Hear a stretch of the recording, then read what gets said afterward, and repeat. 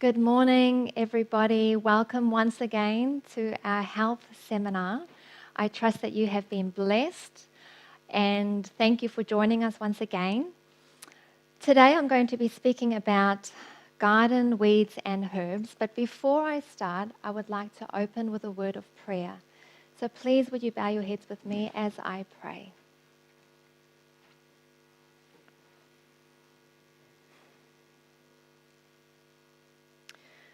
Gracious and loving Father in heaven, dear God, thank you for the gift of life.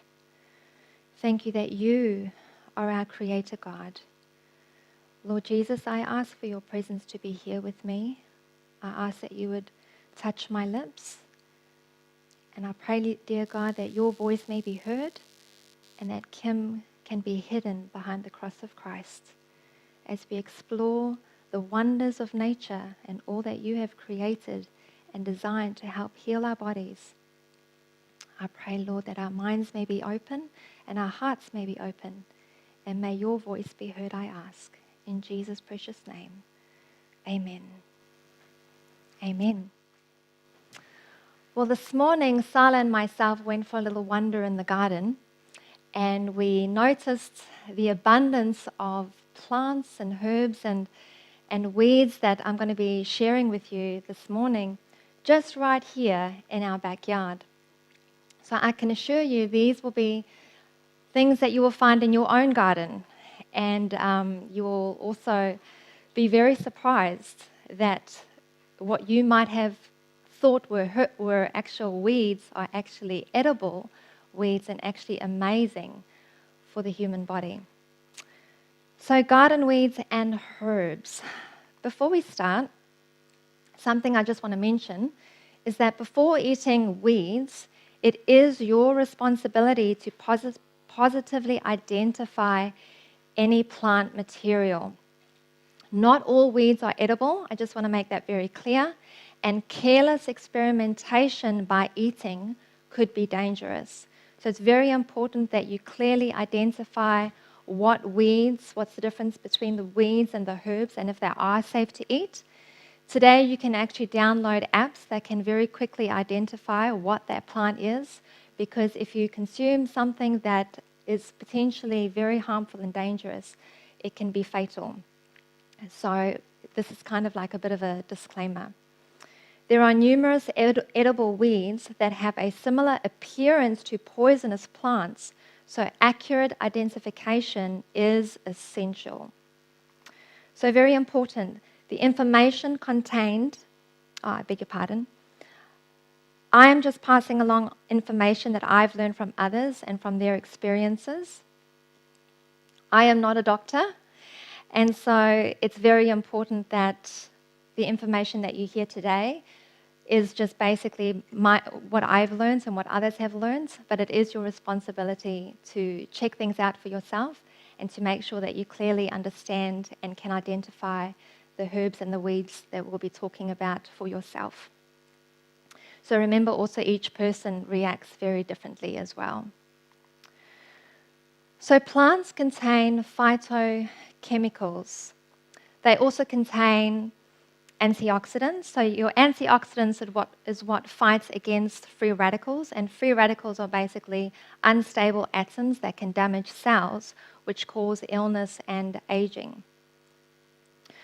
Phytochemicals contain compounds that are toxic free radical scavengers.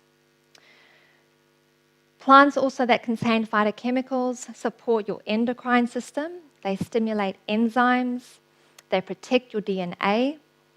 They're antibacterial. They provide heart disease protection. They also provide cancer protection, neurodegenerative protection as well, and many, many, many more health benefits as well. So use plants whole. However, plants or weeds, they can become toxic if isolated. So it's also really important to be careful when consuming certain herbs or weeds. They are very, very potent. So you may need to actually dilute it, and also bearing in mind that herbs are synergistic and they also work really well with other herbs too. The doctrine of signatures indicates the use of each plant. So the doctrine of signatures is a theory that the physical attributes of plants can serve as signs to indicate their therapeutic value. Each part of the plant, the leaves, the petals, the flowers, the berries, etc., resemble various parts of the body and can be used to treat ailments of that part of the body. For example, we actually covered this in a previous lecture. For example, a carrot, it looks and resembles the human eye. And what do we know about carrots? They're really good for your eyes.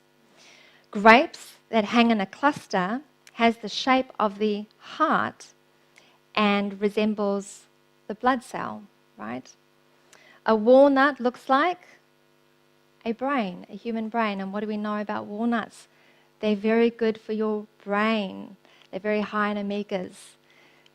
Very good for you. Kidney beans. Kidney beans, if you look at the shape of a kidney bean, it resembles actually a kidney, your kidney. And we know that it's very good for your kidneys' health. Celery, bok choy, rhubarb, and many more that look just like that, we know are very good for your bones. Avocados, eggplant, and pears target the health and function of the womb and the cervix of the female. It's amazing when you look at the variety of food that God has made and how we can look at that food and it often will resemble what part of the body it's actually good for. It's quite phenomenal. Figs are full of seeds and hang in twos. And when they grow, figs increase the mobility of male sperm and increase the numbers of sperm as well as to help overcome male sterility. Sweet potatoes look like the pancreas and actually balance the glycemic index of diabetics. So they release a slow release of glucose rather than refined carbohydrates that give you that up and that down kind of pattern. So they release the glucose nice and slowly, which keeps you fuller for longer as well, in a slow release of energy. Olives assist the health and function of the ovaries and also help to relieve constipation. Oranges, grapefruits, and other citrus fruits look just like the mammary glands of the female and actually assist the health of the breast and the movement of lymph in and out of the breast. Very interesting. Onions look like the body's cells. They help clear waste materials from all of the body's cells. They even produce tears which wash the epithelial layers of the eyes. Who likes cutting onions in the kitchen?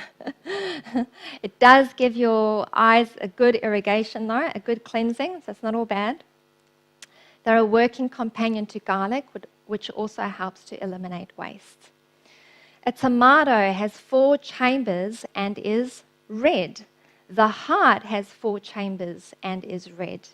Tomatoes are loaded with lycopene and are indeed pure heart and blood food. Isn't it amazing?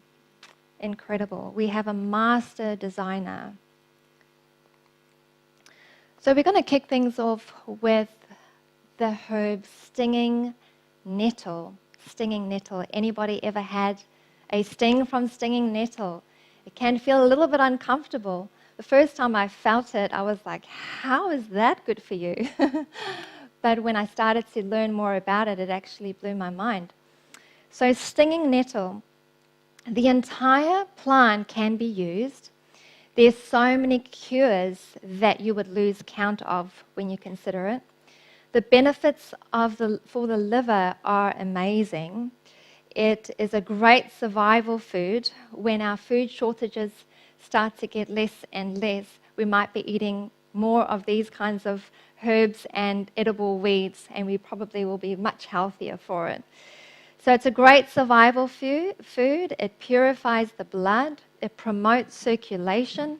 It strengthens weak arteries, and it cleanses skin blemishes. It really is amazing. It helps with osteoporosis, rheumatoid arthritis, It neutralizes uric acid, so it's very, very good for somebody who's suffering with gout. And it takes oxygen to the vital organs.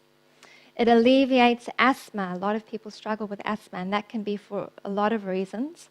But it can help with asthma, hay fever, rhinitis, sinusitis. It improves lactation, so for breastfeeding mums.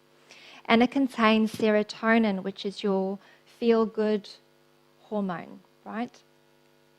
It's used for centuries for pain relief. Roman soldiers used it to warm themselves and protect against cold and damp. Very, very interesting.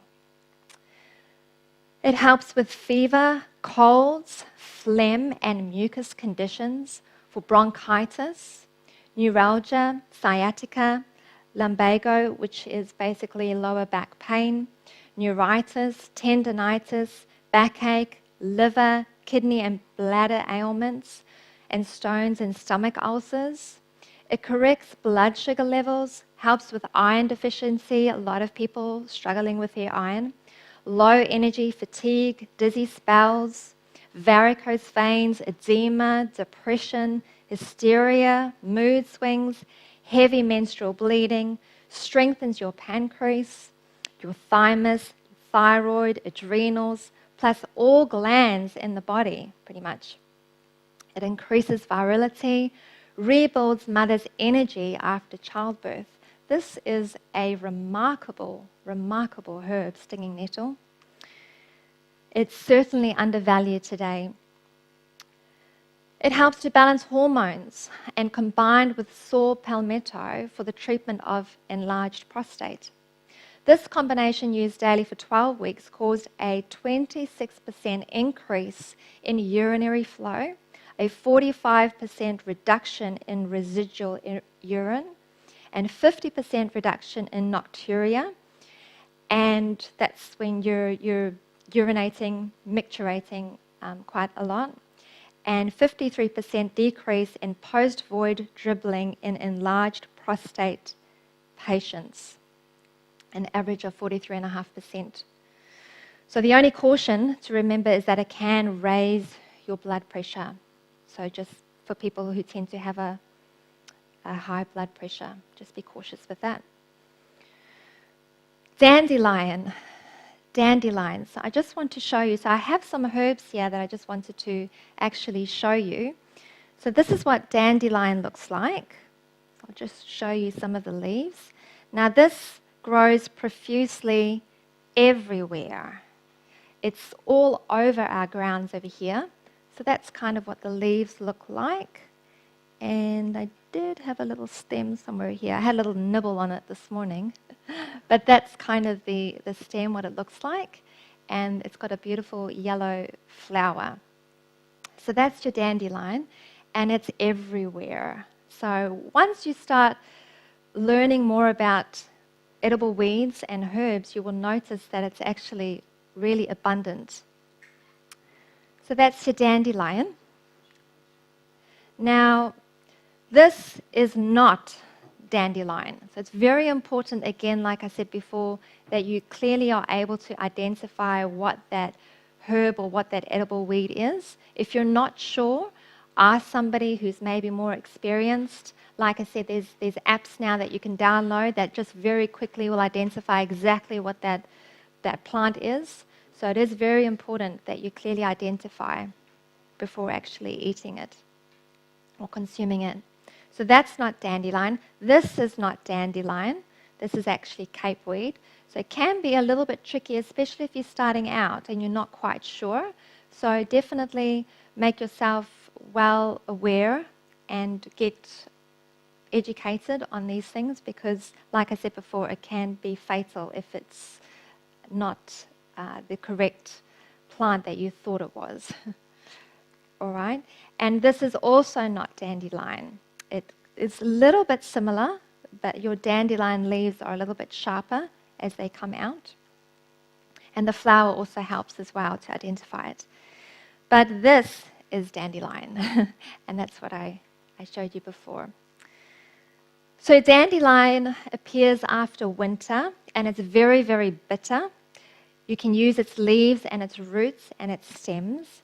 It's full of nutritive salts which purify the blood and destroy acid in the blood. A lot of us struggle with acidosis. We're very much more on the acid side, especially if you eat a typical westernized diet. So it helps to bring that acid level down and helps to neutralize it.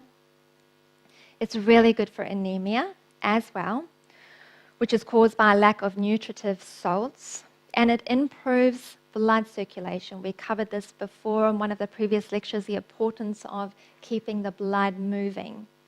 It's a great liver tonic. So people who struggle with liver issues, dandelion is the liver's really, really best friend. It's incredible. It's a good liver tonic. It stimulates bile flow, and it alleviates colitis, which is inflammation of the colon, and is also beneficial for constipation and for gallstones. It helps kidney function, scanty urine, and bedwetting.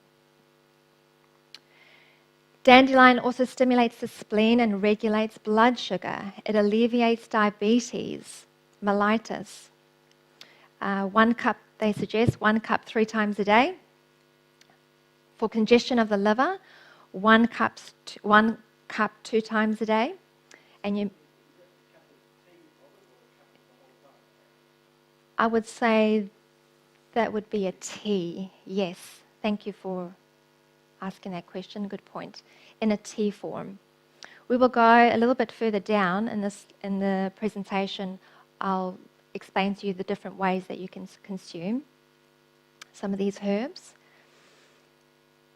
It reduces severity of hepatitis. It helps with arthritis, rheumatism, acne, skin blemishes, and edema. It's used as a poultice traditionally for breast cancer, and the sap also helps to alleviate warts. Sala and myself did a presentation yesterday on natural remedies, and we talked a little bit about poultices, which you can refer to if you want to know a little bit more. Dandelion is certainly a miracle plant that you can take for a plethora of different health issues. And like I said, it's prolific. Everywhere you go, it grows amazingly well. So that's a bit about dandelion. The next we're going to look at is hawthorn berries. Now, I don't actually have that with me. We couldn't find that in the garden, but it does grow here in New Zealand. And it's a very, very safe plant that you can take as well. So we'll talk a little bit more about that. So that's the berries. That's what they look like. When I first saw it, I thought, oh, some wild berries. But I'll talk a little bit more about the health benefits of it and how you can take it. Those are the flowers when it actually comes into blossom. Aren't they pretty? They're beautiful. Yeah. So hawthorn berry, which is one of the safest herbs, and it has no side effects. So this is one that you can actually quite freely use. You can use the berries, the bark, the flowers, or even the leaves.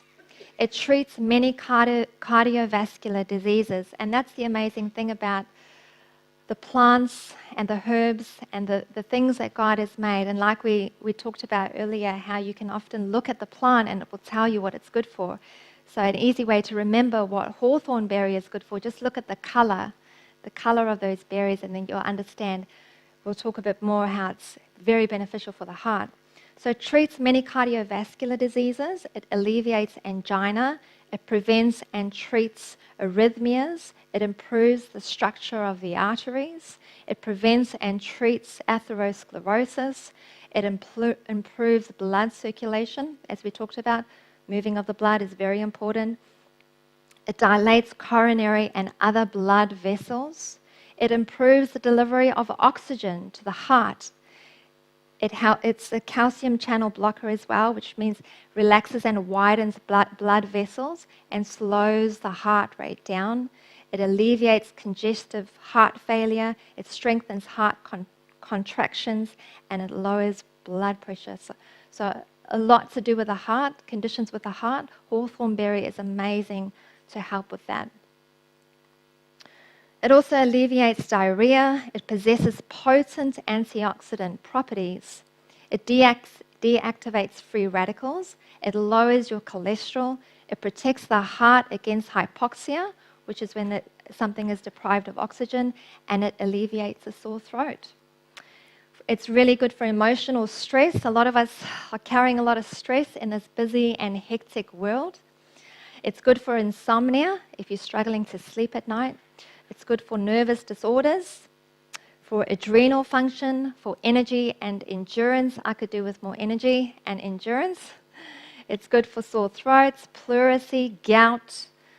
Gout is quite a common health problem today, and it's due to a lot of uric acid in the body.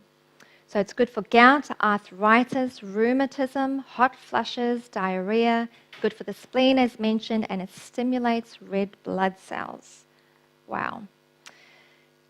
They recommend that they suggest that it takes about 1 to 2 months before the effects can be noticed. So like we said in our natural remedies presentation, don't give up. Oftentimes we try something once and we get frustrated and we haven't got the results that we wanted, and so we tend to give up. But we also need to remember that sickness is not something that happens overnight. It's taken some time for that to actually happen or unfold. And so we have to remember to allow the body time to be able to heal itself. And it may take 3 months, it may take 3 weeks, it may take even longer. However, don't give up. Persist with it and persevere, and you might find that the results will come. So just keep persevering. It can be safely used for long periods of time without any risk or side effects. It's not accumulative or toxic. So it's a very, very safe plant that you can take, or herb. It does say, though, to not use it if taking digitalis. All right, we're going to look at plantain. Plantain is a wild edible herb. I had never discovered plantain when I was in South Africa, and when I came to New Zealand, someone pointed it out to me, and I was like, really? You can eat that and it's good for you? And the more I read up about it, the more I'm absolutely amazed how incredible these things that God has made, and even in the weeds, that are so beneficial for our health. So plantain is a great blood purifier. It helps to neutralize toxins and poisons.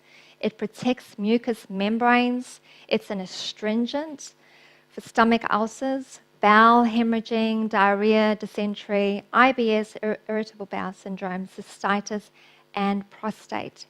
It's good for sore throats as well, bronchitis, asthma, and it dilates your bronchioles. It's good for heart conditions. It lowers cholesterol and blood pressure. It's also a good pain reliever, and it has anti-inflammatory properties. It was used in the Civil War to stop bleeding in the battlefield. Isn't that interesting? They do recommend, though, to not consume it if you're taking blood thinners or if you are prone to blood clots. The tea can be used in douching to stop heavy menstrual bleeding or for bowel bleeding as well.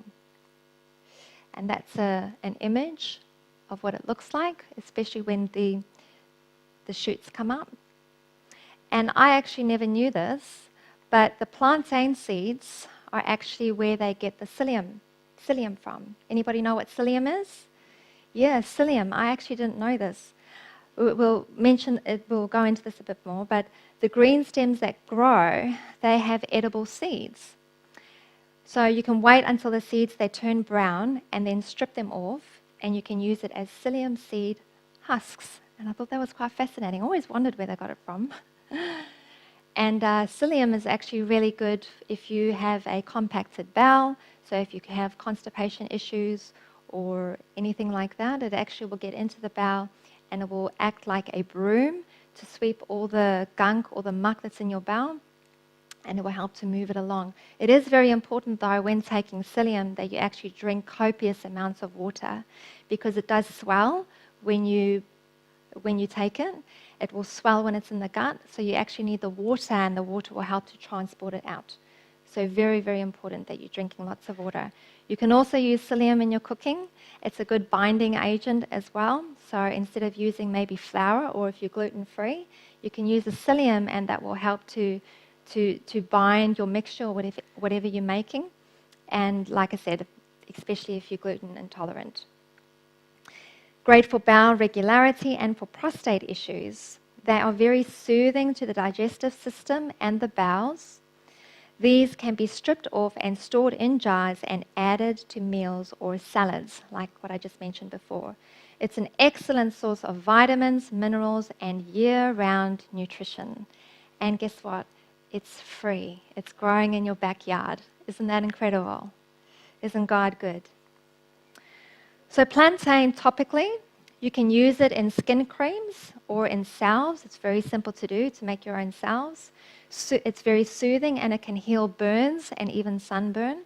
It draws out toxins and the stingers from the bug bites, bee, wasp, and hornet stings, and it relieves the swelling and the pain. It's great for so many skin problems like eczema, impetigo, and rashes. It contains natural allantoin, a phytochemical which promotes healthy skin, and it stimulates new skin cells and healthy tissue growth. This is amazing. Plantain is an anti-inflammatory that kills germs and speeds wound healing. And it goes on. It stops bleeding, accelerates healing, promotes skin growth. Sorry, I didn't mention it benefits the mucous membranes of the throat, lungs, kidneys, and urinary tubes. It's an antiseptic and an astringent. Lowers cholesterol and blood pressure. It's good for candida and thrush. We talked a little bit about that yesterday in our natural remedies presentation. It's good for diarrhea, digestive conditions, gastrointestinal ulcers, constipation, cancer, hemorrhoids, glandular complaints. It's good for your spleen, your bladder, your liver, and your lung disorders, skin conditions, irritable bowel, and a tonic for the blood. Wow, that is one amazing edible weed, isn't it? Quite incredible. So I'd like to move on and talk a bit about purslane or pigweed. So I just want to show you what this looks like, and this was growing in our garden. So it's got these little leaves on the tips. So it's also known as pigweed, purslane. So purslane, it is somewhat crunchy, and it has a slight lemony kind of taste to it. Some people liken it to watercress or spinach. So if you're running a bit low on your greens in your fridge, just have a little wander out, and it's very, very nutritious. You can substitute it for spinach in many recipes. Young raw leaves and stems are tender and are good in salads and sandwiches. So if you're making a homemade sandwich, and instead of using sprouts, you might want to put on a little bit of purslane. They can also be lightly steamed or stir-fried. You can add it to your stir-fries as well, or even your soups. How delicious. Purslane's high level of pectin, known to lower cholesterol, thickens soups and stews. You can also use purslane in pesto. A lot of the pestos on the market are oversaturated with oil, and you can use this as a great substitute. You can place basil and purslane, the upper stems and all, and you can put it into a blender or a food processor, and you can add a small amount of olive oil, not as much as the commercial pestos have. You can add your garlic, and you can put your pine nuts in, and you can make your own delicious pesto that's super healthy and not so concentrated in oil.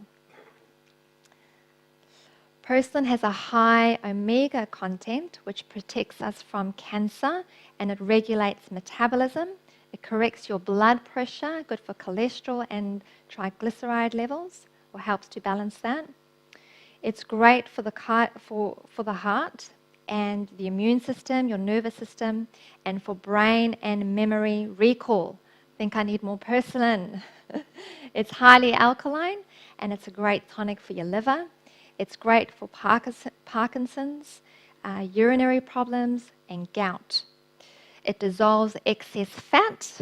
So if there are some out there that are wanting to lose a bit of weight, not only you can exercise and also add some purslane in your diet.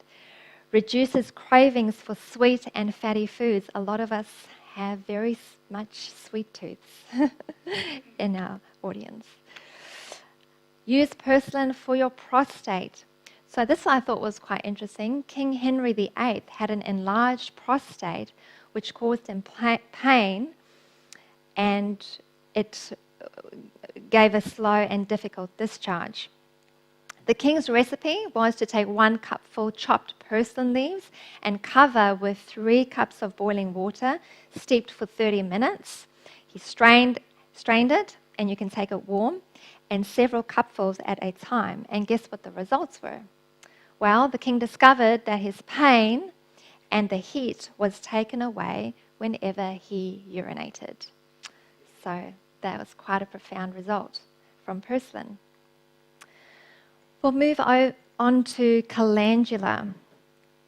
So our calendula, that is this one here, calendula.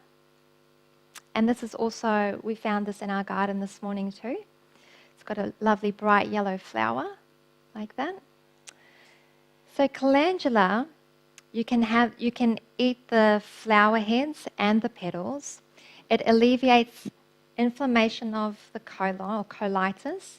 It helps with mild digestive ailments.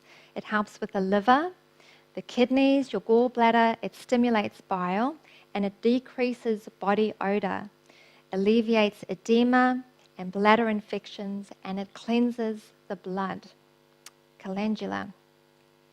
It inhibits or kills some detrimental bacteria like Staphylococcus, Gardnerella vaginalis as well, inhibits inflammation and inflamed lymph nodes, accelerates post-pregnancy healing for cesarean births. A lot of women today are having cesarean births, so calendula is very good for that. Topically, you can make an oil with calendula, and that can help with hemorrhoids, for nosebleeds, for varicose veins, for eye ailments. It helps to strengthen your eyesight. It's good as a hair rinse for aching feet, for gingivitis, mouth ulcers, periodontal disease, and ear infections.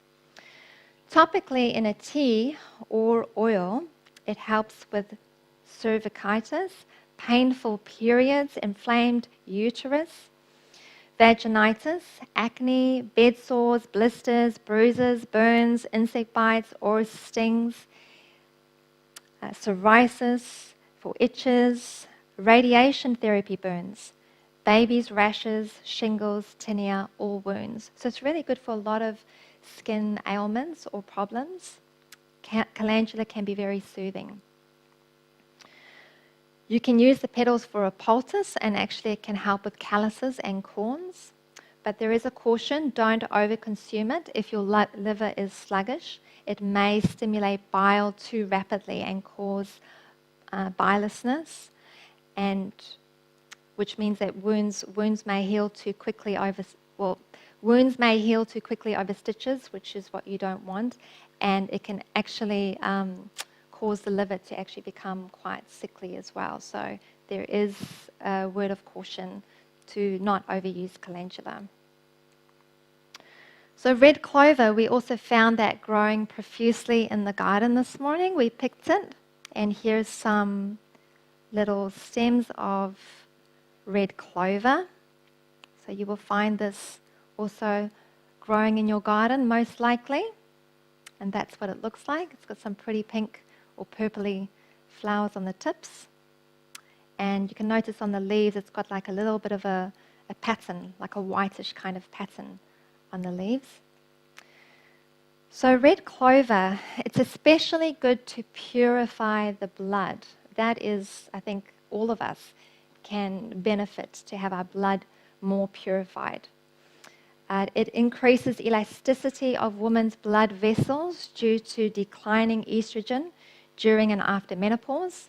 It increases your hemoglobin levels, and your hemoglobin is your iron-containing oxygen transport protein. And it stops the initiating of cancer cells as well, red clover. It prevents hypertension and it alleviates colitis. It prevents breast and ovarian cancer. It enhances function of the spleen. It alleviates asthma and coughs. And it's good for eczema, psoriasis, and it cleanses the skin. Along with carrot juice, grape juice, red clover is an exceptional herb for all cancers. That's really, really powerful. And again, it's free. It's growing most likely in your backyard. Aloe vera. Aloe vera, I love aloe vera. So we have aloe vera growing in our garden here at Hope International. And this is a beautiful big stem of aloe vera. There's many, many kinds of varieties. Our soil, I think, is really good here because that's quite a big stem of aloe vera. So aloe vera, there are over 400 species of aloe vera. So aloe vera barbadensis, the leaves are long and grey. It grows 30 to 80 centimetres. The flowers are bright yellow on maturity. When the leaf is cut, it has a strong smell. You also get aloe candelabra, and that can grow 1 to 2 meters tall, and it can span to 2 meters, and it has side branches. Aloe perii does not grow tall. It grows profusely though, and it has a flower that's kind of orange or apricot-y in color. Therapeutically not as potent as the aloe barbadensis variety. So that one is much more potent. That's what it looks like over there. And when you cut it, you can see that gel-like substance in the middle, and that's kind of what you're looking for when you're using it. There it is over there. So if you're using aloe vera, you can discard the skin and scrape out the gel-like substance, and that's what contains the powerful components. So aloe vera alleviates inflammation of the colon. It's good for Crohn's disease. So Crohn's disease is a chronic inflammatory bowel disease. It's actually quite common today now. It's good for irritable bowel, ulcerative colitis, constipation, heartburn, too much acid in the body, peptic ulcers, duodenal ulcers. So if you have an IBS, basically aloe vera will help to soothe the digestive system, the digestive tract. So if you can remember anything about aloe vera, it's very, very powerful for that. It also helps with asthma. You can mix it with honey and have a dessert spoonful 3 times a day. It's a great healer. And aloe vera also contains growth factors as well, and slippery elm also has as well. It alleviates allergies and inhibits metastasis in some types of cancer, including liver cancer. It reduces fever, it reduces inflammation, it enhances the immune system, and it inhibits some viruses such as AIDS, HIV, herpes, influenza, measles. It alleviates chronic fatigue, fibromyalgia, rheumatoid arthritis, asthma, pneumonia, and it reduces blood sugar and diabetes. Aloe vera topically, it helps to heal abscesses, keratosis, and some skin cancers. It's really good for burns. If you've been out in the sun and you've had too much sunshine and you've got sunburn, it's really, really good to apply that to sunburn. It really helps to soothe it. It's good for itching from hives or insect bites, for psoriasis, dermatitis, and it feels so good when you put on because it has that kind of cooling kind of effect. It helps to prevent scarring, or if you've got scar tissue, it can help to heal the scar tissue. It cleanses the skin. It heals skin ulcers. It alleviates sunburn. It's good for shingles, for tinea. It eliminates warts, accelerates healing of wounds, and it has antiseptic qualities. It penetrates really deeply and it stops bleeding for those for men who shave, it also helps with that shaving rash too. You can use it as a hair gel as well. It helps to smooth out wrinkles. Ladies, I'm sure you'll find this interesting for that reason. You can freeze the chunks and insert it into the rectum actually for hemorrhoids. It will help to soothe that. It's good for stretch marks and infected fingernails and for vaginal thrush. Wow.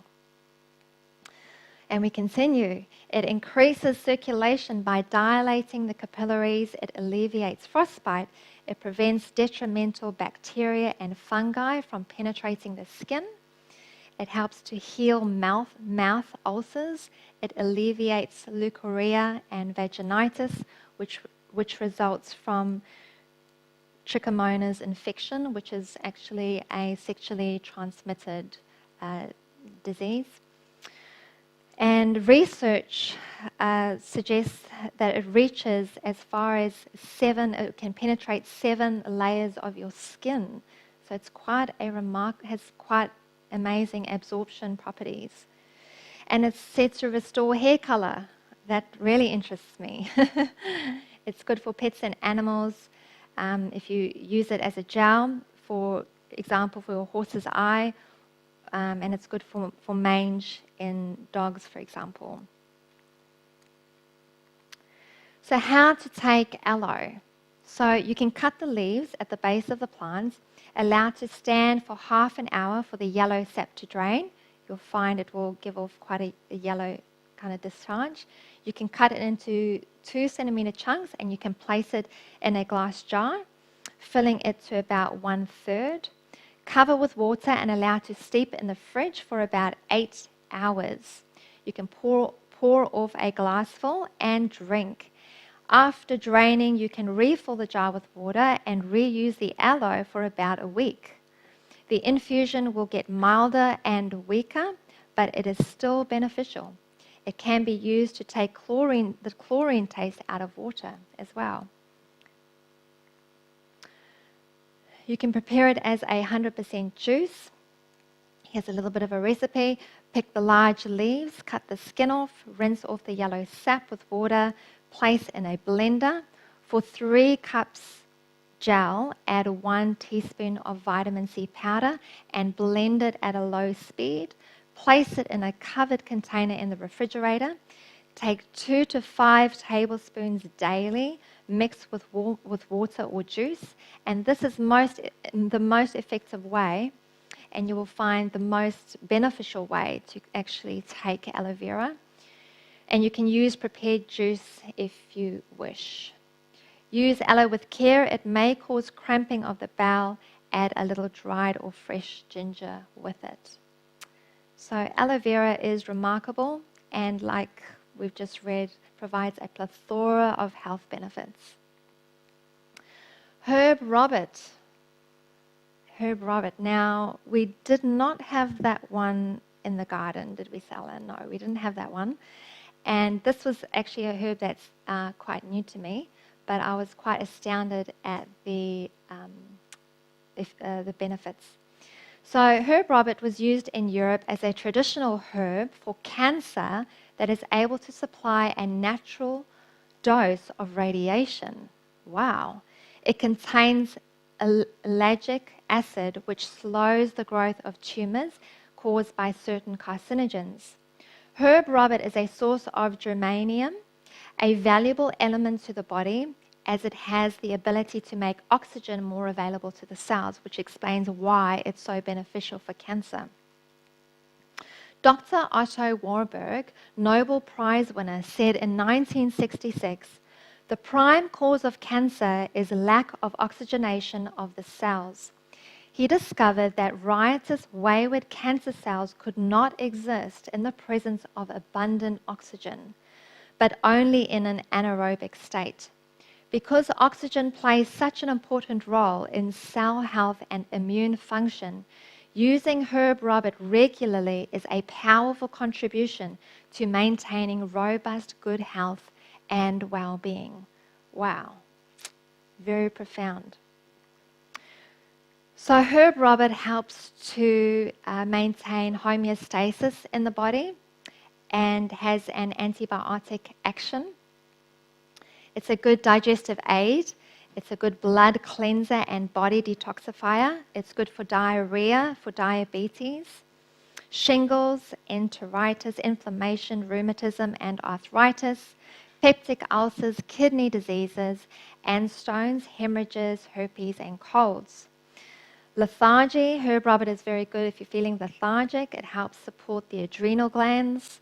It's good for gout and for liver ailments, for mucus congestion, infectious sores, gastritis, hemorrhoids, painful inflammation around the finger and the toenails. It's good for eye irritations and chronic fatigue.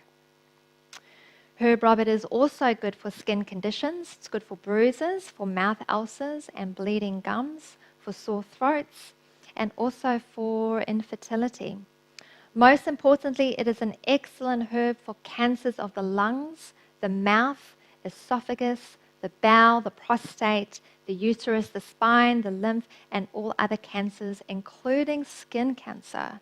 I did not know this about this amazing herb. Used as a wound healer, it's good for bone fractures and hemorrhaging. I actually don't have a slide on comfrey, but just very briefly, before I forget, so we picked some comfrey this morning. I just wanted to talk a little bit about comfrey. So that's what it looks like. The leaves feel a little bit furry, but this you will find probably growing in your backyard as well. Comfrey is the Latin word which means knit together. So it's really good. You can use it as a poultice and apply it as a poultice.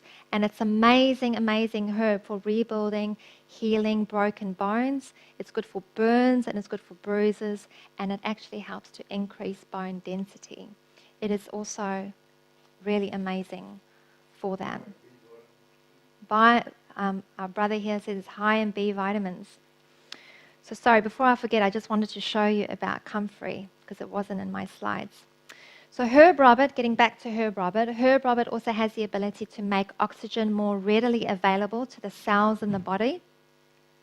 And it can stimulate electrical impulses at a cellular level, and it works on the immune system. So this is really powerful for anybody who is battling cancer to actually use herb robert, as we've mentioned.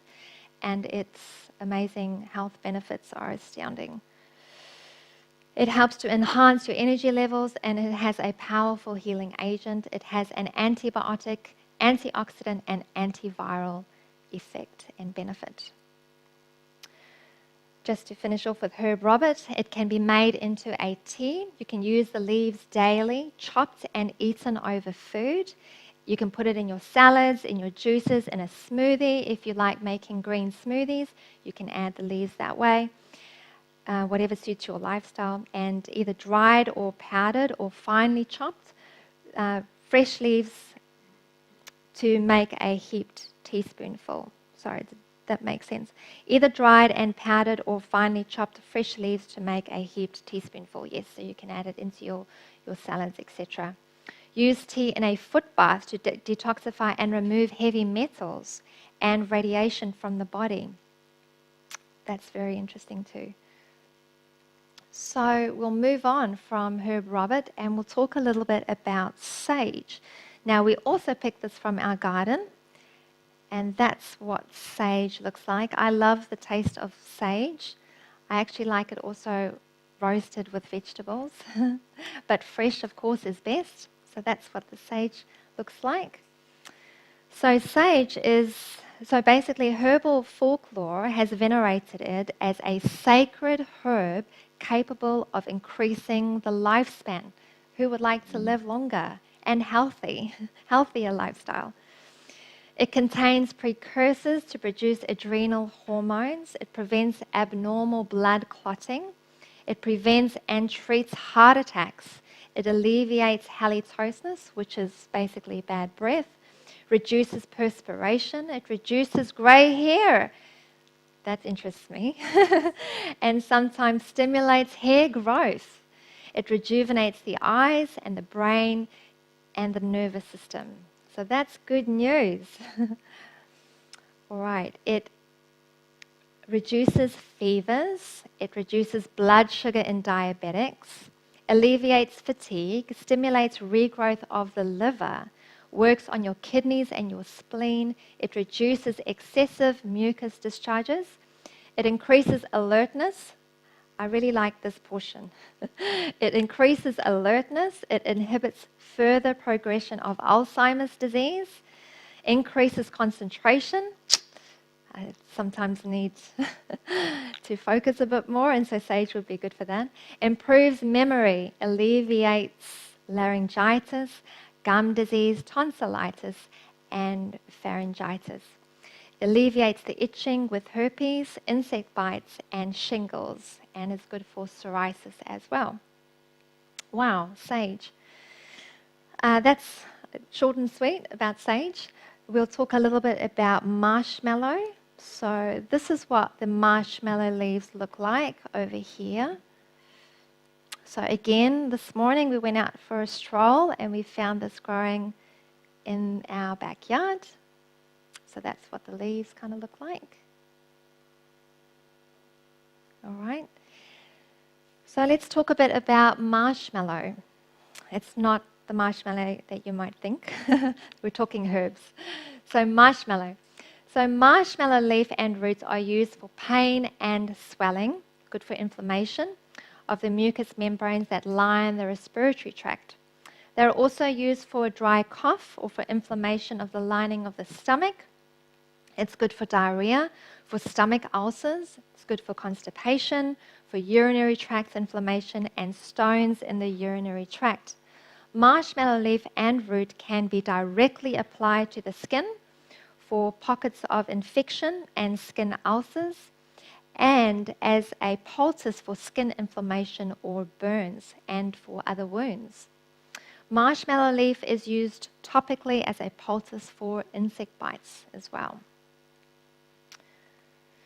So short and sweet about marshmallow leaf that you can use. So we're going to talk a little bit about corn silk. Unfortunately, I don't have any corn. We're kind of out of corn season.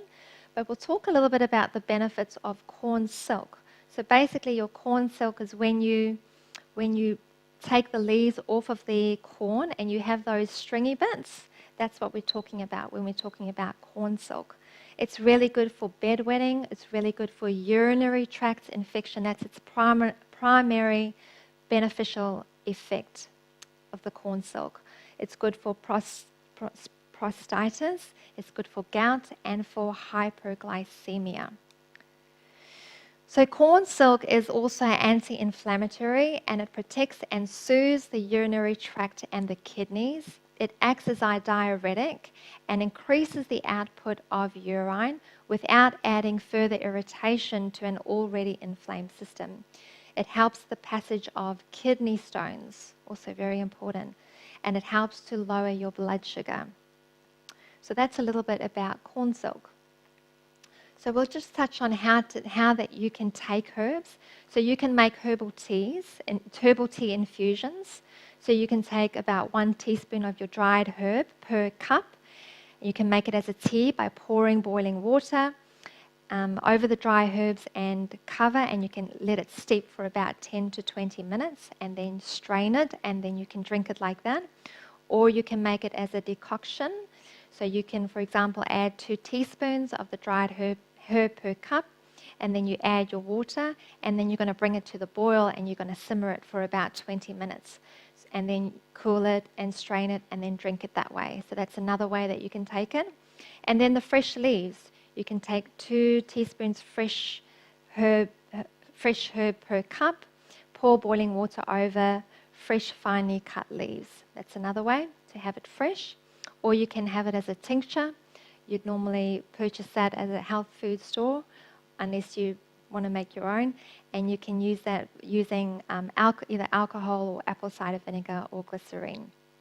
Or you can make it by soaking it in an oil and using it on the skin that way.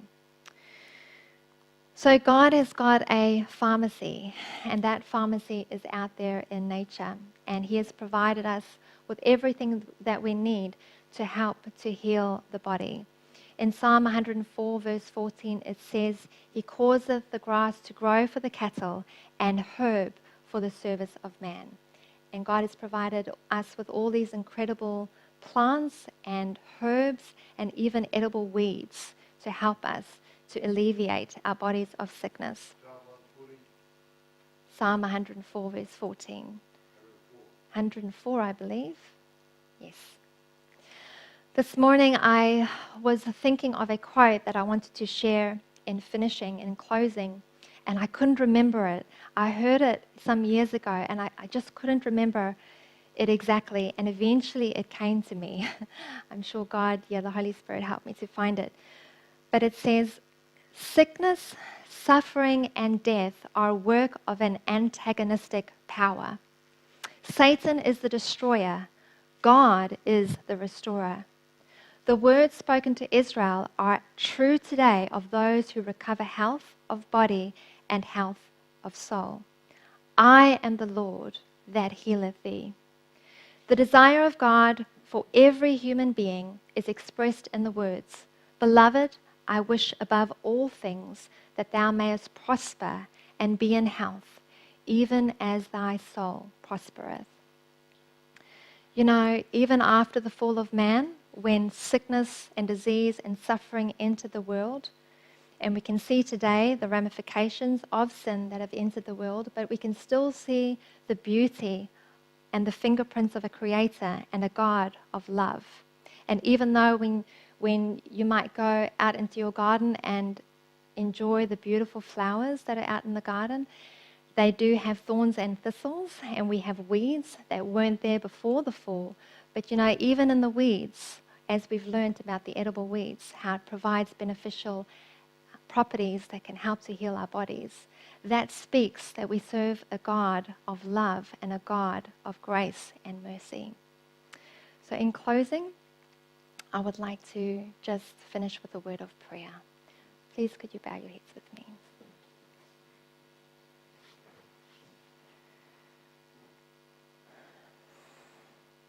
Our gracious, loving Father in heaven, dear Lord, I am so amazed at your wondrous work in the creation that you have designed so perfectly, Lord, and how you have given us every herb and every plant to help to treat our bodies from sickness or disease.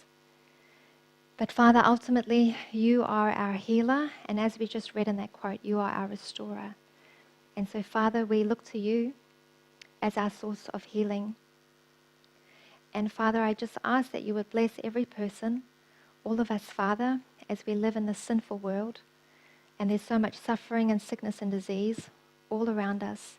But I pray, dear God, as we try to follow your blueprint, your health plan, these herbs and plants that you have given us to help to heal our bodies, I pray that we may discover more of who you are and learn that we serve a God of love. And I pray your blessing on each person, and thank you for all that you have blessed us with, even the weeds, Lord. And Father, we give you glory and thank you for the gift of life. May we live it for your glory and honor, I pray.